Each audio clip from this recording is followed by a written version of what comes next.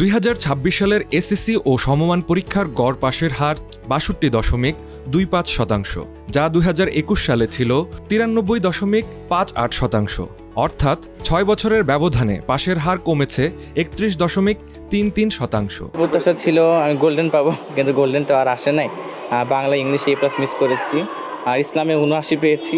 সব মিলিয়ে আলহামদুলিল্লাহ আমার GPA 5 এসেছে। আমার অন্যান্য ক্লাসমেটদের রেজাল্ট আলহামদুলিল্লাহ ভালোই এসেছে। আমাদের সবারই GPA 5 এসেছে, অনেকের গোল্ডেনও এসেছে।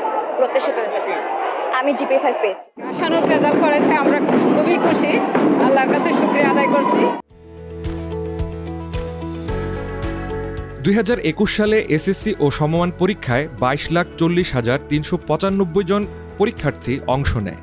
তাদের মধ্যে পাশ করে 20,96,546 জন। পরের বছর 22,78,000 পরীক্ষার্থীদের মধ্যে পাশ করেছে 87.44%।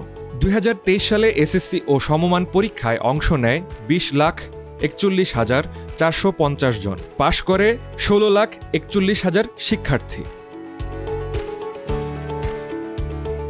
2024 সালে পরীক্ষায় অংশ নেয় 20,24,192 জন। ওই বছর গড় পাশের হার কিছুটা বেড়ে 83.4% হয়। 2025 সালে 19,04,086 জন পরীক্ষার্থী অংশ নেয়।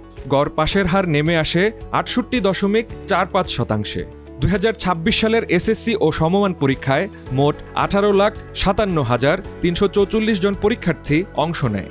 গড় পাশের হার 62.25%। সব সাবজেক্টে আলহামদুলিল্লাহ A+ এসেছে, অ্যান্ড টোটাল মার্কসও যেটা আশা করেছিলাম সেটার থেকে বেটার এসেছে। যারা ভালো পড়ালেখা করেছে এবং যারা নিজে অনেক পরিশ্রম করেছে, ভালো টিচার দিয়েছে এবং ভালোভাবে পড়ছে, তারা ভালো রেজাল্ট করতে পেরেছে।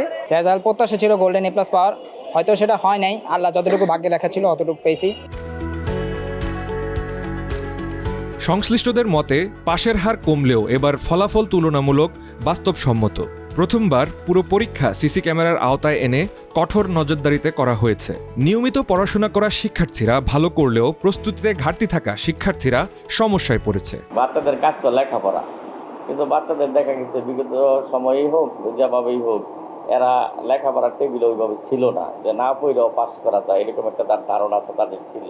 কিন্তু এখন তো বাচ্চারা বুঝতেছে যে না পড়ে পাস করা যাবে না, পড়তে হবে। আর বিগত সময়ের মতো ওইরকম বোর্ডের ডিরেকশনের নম্বর থাকে, যার জন্য পাশের হারটা এরকম। আমরা ভয়ে লেখাপড়া করতাম, যে স্যারদেরকে প্রচুর পরিমাণে ভয় পেতাম, কিন্তু এখন বাচ্চারা দেখা যায় অনেক ভয় পায় না। গার্ডিয়ানরা সচেতন আরও হইতে হবে, না হলে কিন্তু বাচ্চারা ভয় পাবেও না। 2026 সালের এসএসসি ও সমমান পরীক্ষা 21 এপ্রিল শুরু হয়ে 20 মে পর্যন্ত চলেছে। এরপর ব্যবহারিক পরীক্ষা নেওয়া হয়। 20 জুলাই এসএসসির ফলাফল প্রকাশের কথা ছিল, কিন্তু প্রস্তুতি শেষ না হওয়ায় তা পিছিয়ে যায়।